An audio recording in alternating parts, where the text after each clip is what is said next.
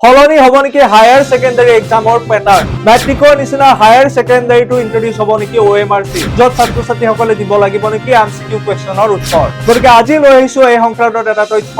আৰু এখন নটিফিকেশন জাৰি কৰা হৈছিল অসম ৰাজ্যিক বিদ্যালয় শিক্ষা পৰিষদৰ দ্বাৰা আৰু কি আছে এই নটিফিকেশনত তোমালোকে সম্পূৰ্ণ ভিডিওটো চালে নিশ্চয়কৈ জানিব পাৰিবা আৰু উপকৃত হ'ব পাৰিবা আগতে কি আছিল মেট্ৰিক পৰীক্ষাত সম্পূৰ্ণ ডেসক্ৰিপটিভ টেষ্ট হৈছিল সম্পূৰ্ণ লিখাৰ ভিত্তিত মেট্ৰিক পৰীক্ষাৰ মাৰ্কসমূহ দিয়া হৈছিল কিন্তু ৰিসেন্টলি কি কৰা হ'ল মেট্ৰিক পৰীক্ষাৰ ওএমআৰসিত ইন্ট্ৰোডিউস কৰা হ'ল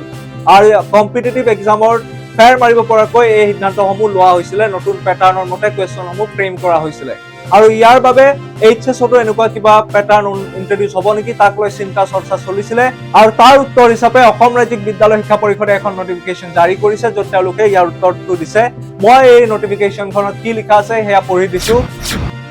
Enquiries from stakeholders are being received in recent times regarding use of OMR answer sheets in the HS final examination 2026. It is clarified that the board has no immediate plan to introduce OMR answer sheets in the HS final examination of 2026. However, the board's effort to strive on competency-based learning and assessment will continue. গতিকে তোমালোকে নটিফিকেশনখন চাই জানিব পাৰিছা যে বোৰ্ডে বৰ্তমান তেনেকুৱা কোনো সিদ্ধান্ত লোৱা নাই এইবাৰৰ যেটো HS এক্সামিনেশন আগৰ প্যাটাৰ্নতে হ'ব সম্পূৰ্ণ ডেসক্ৰিপটিভ ভিত্তিতে এইবাৰৰ বোৰ্ড এক্সামিনেশন হ'ব কিন্তু ইয়াক লৈ চিন্তা চৰ্চা বোৰ্ডে কৰি আছে ভৱিষ্যতে হয়তো ইয়াক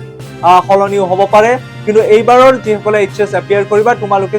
চিন্তা কৰিব নালাগে আগৰ নিচিনাকৈ HS এক্সামিনেশন এবাৰ হ'ব কিন্তু বোৰ্ডে কি কৰিছে বোৰ্ডে নতুন প্যাটাৰ্ন মতে কিছুমান কুৱেশ্যন ইন্ট্ৰোডিউস কৰিব যাৰ ফলত তোমালোকৰ কম্পিটিটিভ এক্সামসমূহত হেল্প হ'ব গতিকে এইখন নটিফিকেশনত এই কথাই লিখা আছিল পৰৱৰ্তী কিবা যদি চেঞ্জেছ আহে আমি তোমালোকক জনাই যাম তাৰ বাবে তোমালোকে আমাৰ এই চেনেলটো সাবস্ক্ৰাইব কৰি দিবা লগতে এই ভিডিওটো তোমালোকৰ ফ্ৰেণ্ডসমূহে যাতে গম পায় আৰু বেলেগেও যাতে গম পায় লাইক কমেন্ট আৰু শেয়াৰ কৰি দিবা